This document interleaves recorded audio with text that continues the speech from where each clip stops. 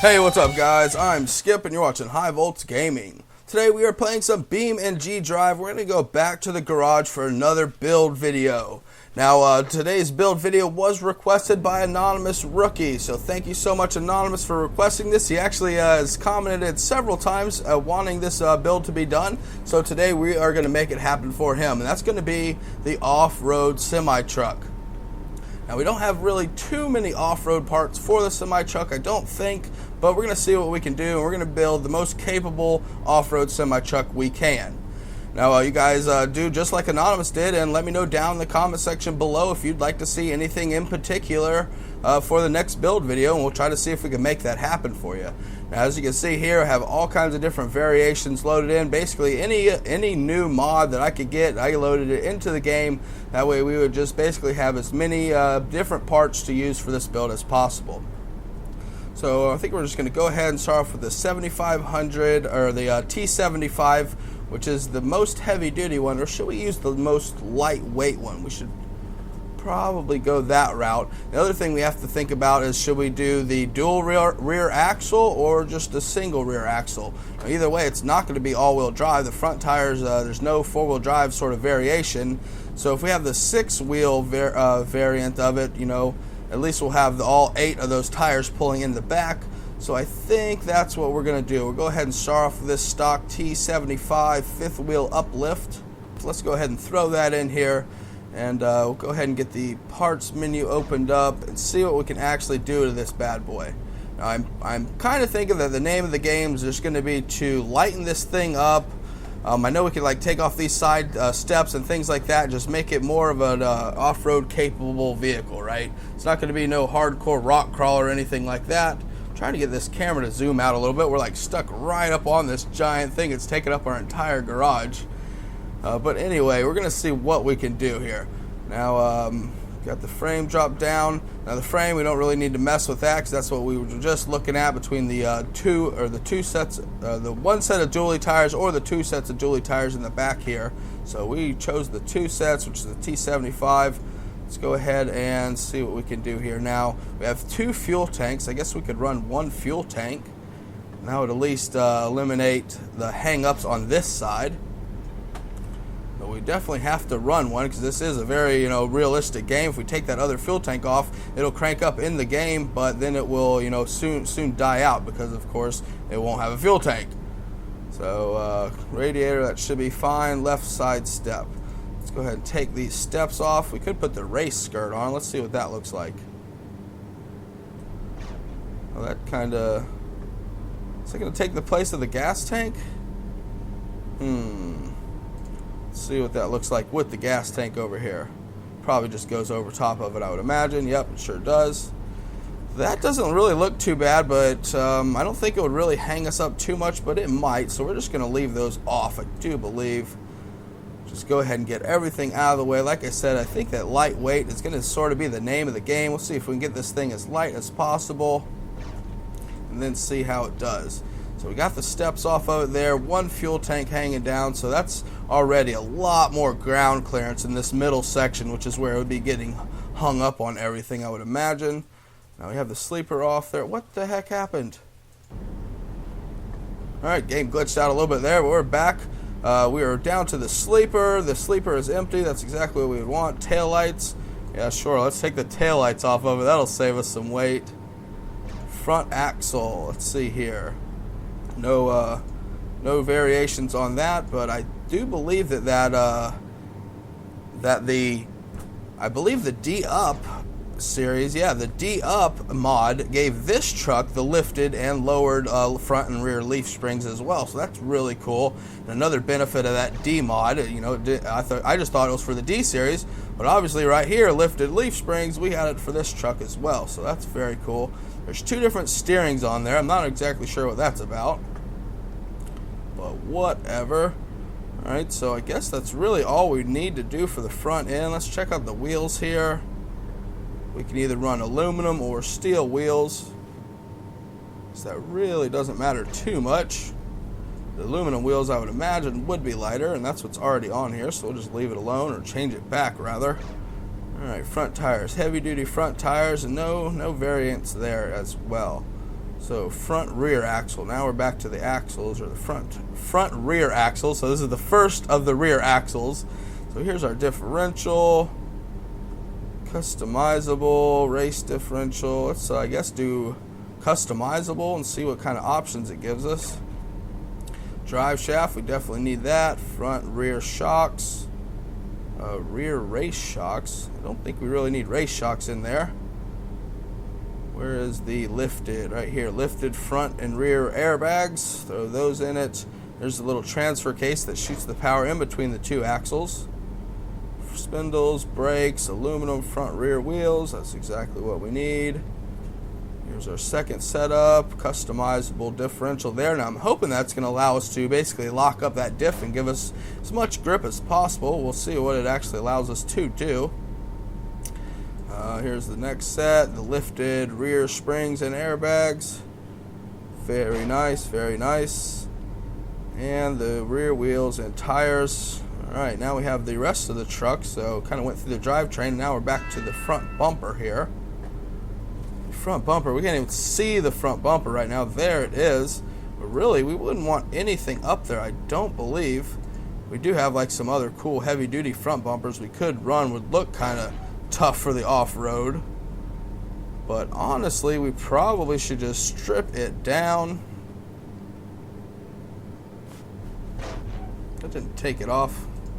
Oh, I just clicked on front bumper. Okay, empty. Here we go. Take that off. We don't need that. We're gonna leave the cab on. We're gonna have somewhere to sit. Here's the engine options. Let's see what sort of engines we have here. Here's the race engine. Or we could do the customizable engine, but I think we'll just go ahead and throw the race engine in there. Probably will serve us well. This is the exhaust, race exhaust. Let's check that out. Still has the stacks on it. Oh, but we have a pipe down here now that comes out. Oh, that's cool. It comes out in the frame. Definitely is would be a good off-road exhaust there, I would imagine. Or we could just leave it off and the exhaust would just dump out right here. But I don't see any reason to not run that pipe. It looks pretty good on there. That's going to allow us to probably take off those other ones, I would imagine. Here's the hood and fenders. Should we just take this whole thing off? See how it looks. It's just going to basically just be a frame and an engine. Perfect.